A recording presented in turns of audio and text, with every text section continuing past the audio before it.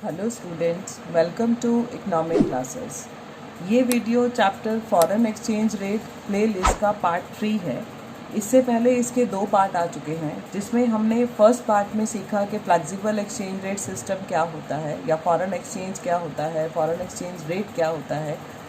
Second video में हमने सीखा कि फ्लेक्सिबल एक्सचेंज रेट सिस्टम क्या होता है, तो उसके लिए हमने डिमांड को इंडिविजुअली सीखा, सोर्सेज सीखे, उसके सोर्स डिमांड के सोर्सेज क्या हैं, सप्लाई के बारे में इंडिविजुअली पहले सीखा, फिर किस तरीके से डिटर्मिनेशन होता है प्राइस का, एक्सचेंज रेट का, इक्विलिब्रियम एक्सचेंज रेट का, हमने वो सीखा।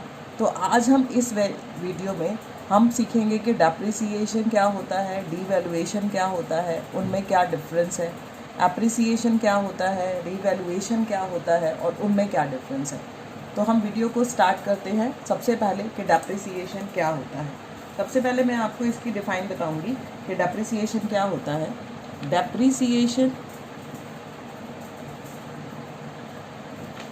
Depreciation of domestic currency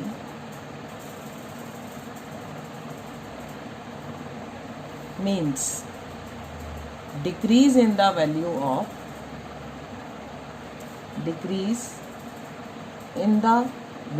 of our currency in terms of foreign currency।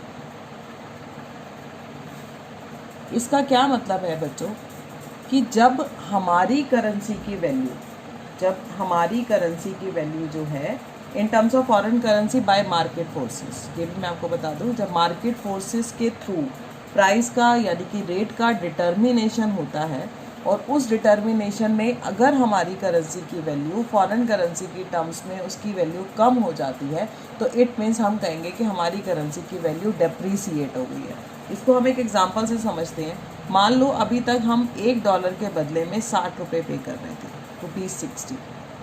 अब हमें एक्सचेंज रेट जो अब डिटरमाइन हुआ मार्केट फोर्सेस के थ्रू, अब उसमें हमें $1 के बदले में ₹65 पे करने पड़ रहे हैं। यानी कि अब हमें ज़्यादा पैसे देने पड़ रहे हैं। का मतलब होता है कि डॉलर की वैल्यू जो है वो स्ट्रांग हो गई है और जो रुपये की वैल्यू है इन टर्म्स वो क्या हो गई है, वीक हो गई है।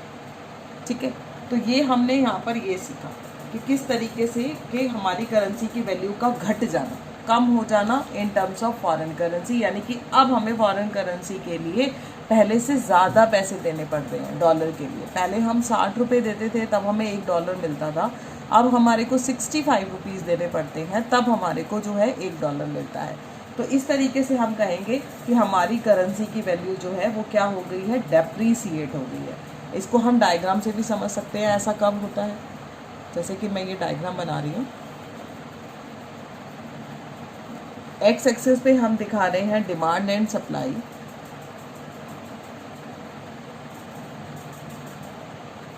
Of foreign currency.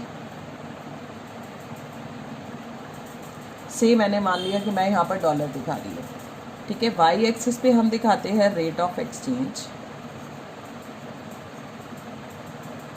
तो ये हम किसका रेट दिखा रहे हैं, डॉलर का दिखा रहे हैं, ठीक है। अब हम इसको क्या देखेंगे कि मान ये हमारा डिमांड है TD which is negatively slope, ये आपने लास्ट वीडियो में सीखा। एसएस जो है वो सप्लाई कर्व है जो इंटरसेक्ट कर रहे हैं ई पॉइंट पर, और ये जो है हमारा मार्केट का जो है रेट है इक्विलिब्रियम क्या होता है, और ये इक्विलिब्रियम क्वांटिटी कि मान लो अगर हमारी डिमांड बढ़ जाती है और डिमांड कर्व शिफ्ट होकर डी से D1 हो जाता है, तो अब ये एसएस को पॉइंट E1 पे इंटरसेक्ट कर रहे हैं और अब हमारा न्यू इक्विलिब्रियम रेट क्या हो गया, R1। यानी कि OR के लिए, फॉर एग्जांपल OR के लिए अगर मैं ₹60 पे कर रही थी तो अब मुझे OR1 के लिए ₹65 पे करने पड़ रहे हैं डॉलर के लिए। तो हमने क्या कहा कि हमारी करेंसी की वैल्यू जो है वो घट गई है, डेप्रीसिएट हो गई है। और जब भी ऐसा होता है, जब करेंसी की वैल्यू डेप्रीसिएट हो जाती है बच्चों, तो हमारे जो एक्सपोर्ट हैं वो इंक्रीज़ हो जाते हैं और जो हमारे इंपोर्ट्स हैं वो डिक्रीज़ हो जाते हैं। अब हम इसको वन बाय वन एग्जांपल से समझते हैं कि किस तरीके से हमारे एक्सपोर्ट और इंपोर्ट पे इफ़ेक्ट पड़ता है। जैसे कि सबसे पहले मैंने क्या कहा, एक्सपोर्ट जो है मैंने क्या बोला आपको, राइज हो जाते हैं, बढ़ जाते हैं। कैसे कि मान लो अभी हमारे लिए $1 की जो वैल्यू है ना बच्चों, वो मान लिया हमने ₹60 है। कोई फॉरेनर है जो एक स्टडी टेबल लेना चाहता है, वो स्टडी टेबल जो वो लेना चाहता है बच्चों, ये स्टडी टेबल है जो वो लेना चाहता है, वो $1.60 और स्टडी टेबल का प्राइस है ₹30 पर टेबल। यानी कि अगर वो $1 देगा बच्चों तो उसे कितने स्टडी टेबल मिलेंगे? 2। फिलहाल ये है। क्या होता है कि अब डॉलर का रेट जो है वो $1 का रेट जो है वो ₹90 हो जाता है। अब उसी फॉरेनर को हमारे यहाँ की जो टेबल है, अब उसको वो टेबल कितनी मिलेंगी बच्चों? 3। यानी कि हमारे लिए एक्सपोर्ट बढ़ा। क्यों बढ़ा? क्योंकि उनको जो है अब हमारी चीज़ें जो हैं वो सस्ती मिल रही हैं। जो कौन है? फॉरेनर्स। अब उसको उन्हीं $1 में, उसको तो $1 देना पड़ रहा है, लेकिन अब उसको $1 में 3 मिल रही हैं। और पहले कितनी मिल रही थी? 2, क्योंकि टेबल का प्राइस तो 30 है। डॉलर का रेट बढ़ गया और हमारी करेंसी की वैल्यू डेप्रिसिएट हो गई और अब हमें उस डॉलर के लिए ₹90 देने हैं। तो जब वो $1 को यहाँ आके एक्सचेंज करके वो एक्सपोर्ट, या फिर हम एक्सपोर्ट कर रहे हैं टेबल जो वो हमसे खरीद रहा था, अब वही हम उसी $1 में उसको अब हम 3 टेबल देंगे। तो इस तरह से मैंने आपको बताया कि हमारे जो एक्सपोर्ट है और वो हमारे एक्सपोर्ट जो है अब बढ़ जाएंगे, क्योंकि उसी सेम $1 में उस फॉरेनर को अब 3 टेबल मिल रहे हैं। उसके लिए हमारी चीज़ क्या हो गई है? सस्ती हो गई। और जैसे ही हमारी चीज़ उसके लिए सस्ती होगी तो ज़रूरी बात है कि वो ज़्यादा परचेज़ करेंगे और हमारा एक्सपोर्ट बढ़ेगा। इसी तरह से हम मान लेते हैं कि अब हमारा, इसी तरह से जो हमारा इंपोर्ट है, ये तो हो गया एक्सपोर्ट की बात, ठीक है। अब मैं करती हूँ यहाँ पर इंपोर्ट की बात। अब जो हमारा इंपोर्ट है वो क्या हो जाएगा? कम। अब हम इसको भी एक एग्जांपल से समझते हैं। एक लड़का घूमने गया यूएसए में। यूएसए में उसे एक वॉच पसंद आई, ठीक है। उस वॉच का जो रेट था, उस एक वॉच का जो रेट था वो रेट था उसका $3। और जो रेट चल रहा था मार्केट में वो रेट चल रहा था $1 = 60। यानी कि उसको एक वॉच लेने के लिए, ठीक है, 1 वॉच का उसके लिए इंपोर्ट करने का प्राइस क्या पड़ रहा था बच्चों? 180। अब अचानक से वही डॉलर जो है 90 का हो गया। डॉलर का रेट तो बढ़ गया, लेकिन वॉच का रेट तो $3 ही है।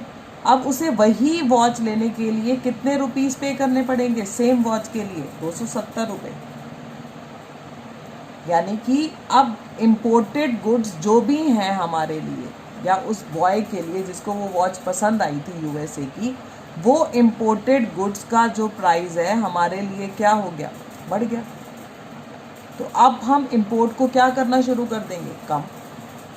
तो यानी कि जब करेंसी की वैल्यू डेप्रिसिएट हो जाती है तो हमारे एक्सपोर्ट्स जो हैं वो बढ़ जाते हैं और जो हमारे इंपोर्ट्स हैं वो कम हो जाते हैं। क्लियर? ये मैंने आपको समझाया, ठीक है। अब हम क्या समझेंगे कि डेप्रिसिएशन अगर मैंने आपको बता दिया तो आप देख सकते हो। अब हम क्या सीखेंगे इसमें? डीवैल्यूएशन क्या होता है इसके बाद, ठीक है। डीवैल्यूएशन और डेप्रिसिएशन में डिफरेंस कर लेते हैं कि डीवैल्यूएशन और डेप्रिसिएशन क्या होता है। डेप्रिसिएशन, और इधर लिख रही हूँ मैं डीवैल्यूएशन। डेप्रिसिएशन तो अभी मैंने आपको डिटेल में बता दिया, बट फिर भी एक बार इसका डिफरेंस लिख लेते हैं। फर्स्ट डिफरेंस इसका क्या लिखेंगे? Depreciation of domestic currency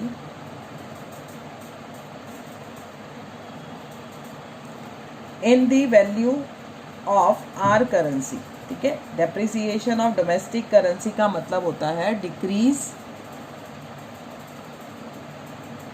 in the value of our currency in terms of foreign currency by the market forces. यही डेफिनेशन मैंने अभी लिखी थी. अब मैं डिवैल्यूएशन की लिखती हूँ. Devaluation of domestic currency means reduction in the value of our currency in terms of foreign currency by the government. मैंने बोला कि जब मार्केट फोर्सेस के थ्रू प्राइस का डिटर्मिनेशन हो और फॉरेन करेंसी के टर्म्स में हमारी करेंसी की वैल्यू जो है अगर वो घट जाए तो उसको हम कहते हैं डेप्रिसिएशन. और डिवैल्यूएशन में मैंने क्या बोला कि रिडक्शन हो रहा है बच्चों. डिवैल्यूएशन में भी रिडक्शन हो रहा है हमारी करेंसी का रिडक्शन हो रहा है in terms of foreign currency but by the government. यानी कि जब गवर्नमेंट करती है करेंसी की वैल्यू में कमी तो उसको हम कहते हैं डिवैल्यूएशन. जब मार्केट फोर्सेस के थ्रू हमारी करेंसी की वैल्यू घट जाए तो उसको कहते हैं डेप्रिसिएशन. इतनी बात समझ आई. अब इसका सेकंड डिफरेंस करते हैं. सेकेंड डिफरेंस में क्या लिखना है कि डेप्रिसिएशन जो होता है वो डेप्रिसिएशन टेक प्लेस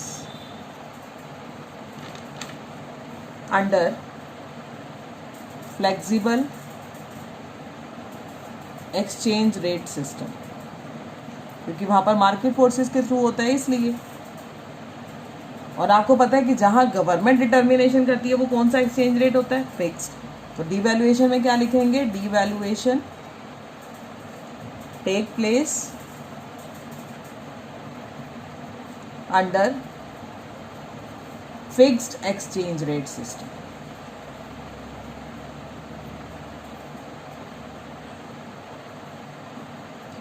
तो इस तरह से इसका ये डिफरेंस जो है ये कंप्लीट हो जाता है. तो मैंने आपको डेप्रिसिएशन बताया और डेप्रिसिएशन और डिवैल्यूएशन में मैंने आपको डिफरेंस बताया.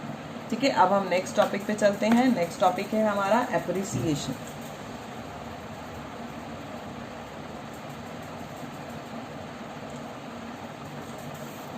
एप्रिसिएशन का क्या मतलब होता है, बढ़ना. ठीक है, एप्रिसिएशन का मतलब बढ़ना. बढ़ना का मतलब करेंसी की वैल्यू का बढ़ना. Increase in the value of currency. किसी के लिए भी, किसी भी कंट्री के लिए उसकी करेंसी की वैल्यू का बढ़ना. अब हम अपने लिए इसके डिफाइन को पढ़ेंगे तो हम उसकी डिफाइन को समझते हैं कि हम उसके डिफाइन को कैसे लिखेंगे. ठीक है, जैसे हमने डेप्रिसिएशन की लिखी बिल्कुल एग्जैक्टली उसी तरीके से शुरू करेंगे. Appreciation of domestic currency. हम यहाँ अपनी बात कर रहे हैं, हमारी करेंसी की वैल्यू का बढ़ना. Appreciation of domestic currency means increase in the value of our currency, हमारी करेंसी की वैल्यू का बढ़ना in terms of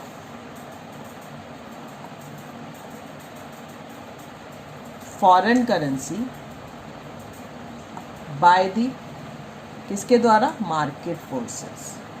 market forces के द्वारा अगर हमारी करेंसी की value in terms of foreign currency बढ़ जाती है तो उसको हम कहते हैं एप्रिसिएशन. फॉर एग्जाम्पल कि मान लो अगर $1 के लिए अभी हम ₹60 पे कर रहे हैं और नाउ अब हमें $1 के लिए अगर ₹55 पे करने पड़े तो इट मीन्स हमारी करेंसी की वैल्यू जो है वो क्या हो गई है, अप्रिसिएट हो गई है। यानी कि अप्रिसिएट होते ही अब हमारे इंपोर्ट जो है वो बढ़ जाएंगे और एक्सपोर्ट जो है वो कम हो जाएंगे। अभी इसको भी हम डिटेल में करेंगे, पहले इसको डायग्रामेटिकली समझ लेते हैं कि ऐसा कैसे होता है। ठीक है, मैं इसका डायग्राम बनाती हूँ। ये एक्स एक्सिस, इस पर हम दिखा रहे हैं demand and supply of foreign exchange. ये वाई एक्सिस, यहाँ हम दिखा रहे हैं रेट ऑफ एक्सचेंज। ठीक है, अब हमने क्या करना है, इसका डायग्राम बनाते हैं कि मान लो ये हमारा डिमांड कर्व, ये हमारा सप्लाई कर्व इंटरसेक्ट कर रहे हैं ई पॉइंट पर। फिलहाल जो है ये हमारा OR इक्विलिब्रियम रेट है और ये हमारी क्वांटिटी है।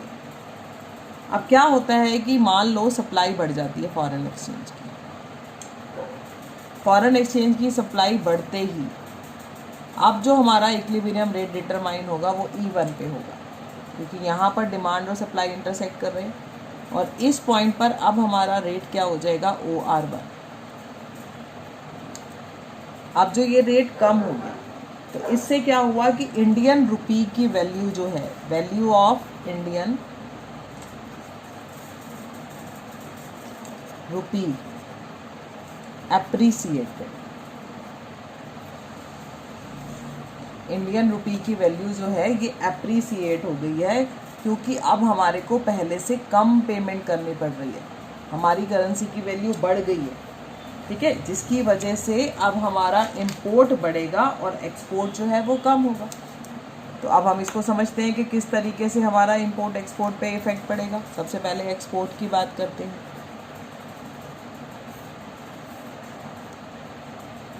एक्सपोर्ट मैंने आपको क्या कहा, कम हो जाएगा। यानी कि मान लो फिलहाल $1 जो है वो ₹50 के बराबर है। ठीक है, और अब इस यहाँ से अगर चेयर खरीदता है कोई फॉरेनर, ठीक है, चेयर, अगर कोई फॉरेनर जो है मान लो अगर वो चेयर खरीदता है तो वो एक चेयर जो है पर चेयर प्राइस है ₹25। तो अगर वो $1 देगा तो उसको कितनी चेयर मिलेगी,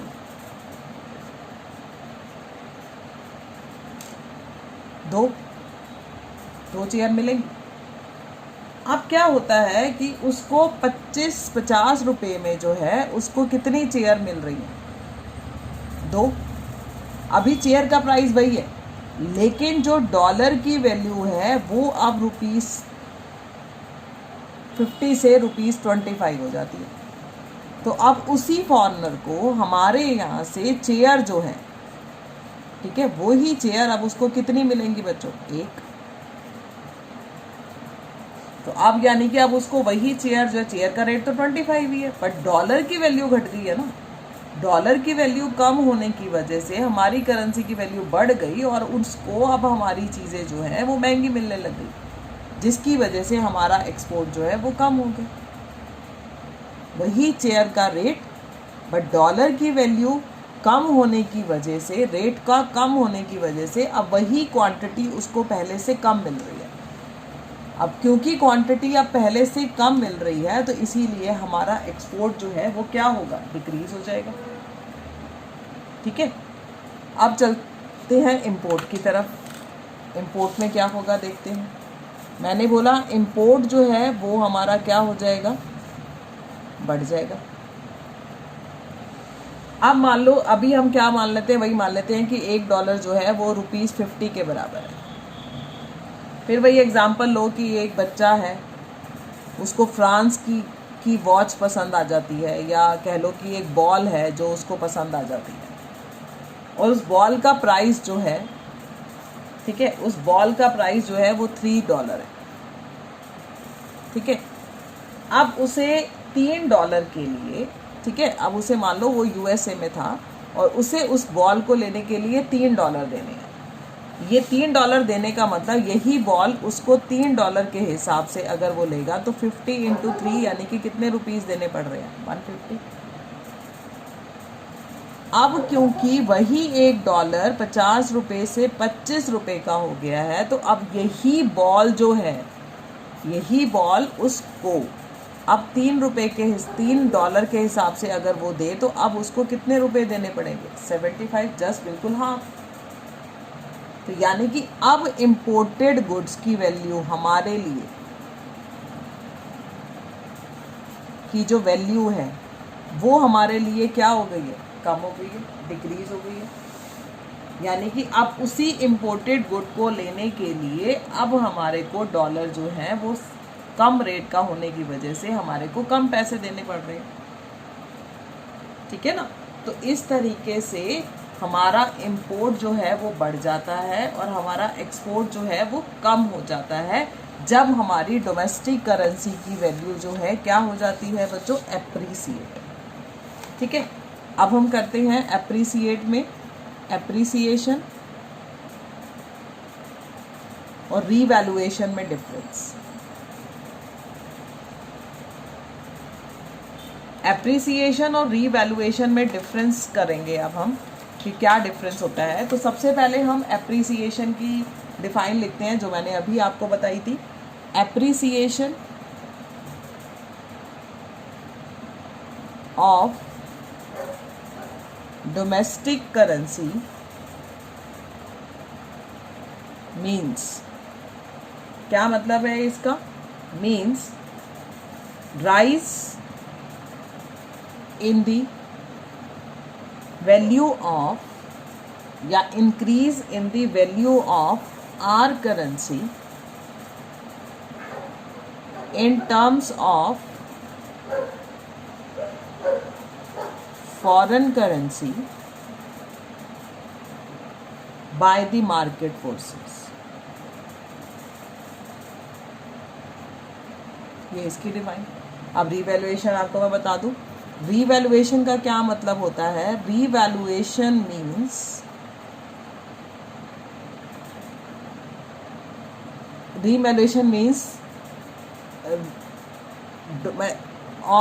revaluation of domestic currency means increase in the value of domestic currency या आर करेंसी, कुछ भी लिख सकते हो आप, in terms of foreign currency by the government. दोनों केसेस में मैंने एक ही बात बताई कि वैल्यू बढ़ रही है, बट यहाँ बढ़ रही है मार्केट फोर्सेस के थ्रू, यहाँ बढ़ रही है जब गवर्नमेंट बढ़ाती है। ऐसा करना पड़ता है कई बार गवर्नमेंट को। जैसे मैंने अभी जो ये डेप्रिसिएशन में भी सेम यही बात बताई थी आपको। ऐसा 1991 में जब हमारे यहाँ पर इतना ज़्यादा रिजर्व कम हो गया था कि हमारे को अपनी करेंसी की वैल्यू को जान के डीवैल्यूएट गवर्नमेंट को करना पड़ा था, क्योंकि डीवैल्यूएट करेंगे तो हमारा जो है एक्सपोर्ट बढ़ेगा तो हमारा जो इंपोर्ट जो है वो हमारा जो वो था बढ़ेगा एक्सपोर्ट, और एक्सपोर्ट बढ़ेगा तो हमारी फॉरेन करेंसी आएगी। तो 1991 में गवर्नमेंट ने ऐसा किया, क्योंकि हमारे जो फंड्स थे, या आप इंडियन इकोनॉमी में भी पढ़ते हो न्यू इकोनॉमिक पॉलिसी में, कि न्यू इकोनॉमिक पॉलिसी से पहले लाने का रीज़न ही यही था। और फॉरेन करेंसी की वैल्यू को उस टाइम पर जो था वो क्या करा गया था? डीवैल्यूएट करा गया था, ताकि जिससे हमारे एक्सपोर्ट्स जो है वो बढ़ सकें। तो ऐसा गवर्नमेंट करती है और रिवैल्यूएशन भी करती है गवर्नमेंट अकॉर्डिंग टू सिचुएशन।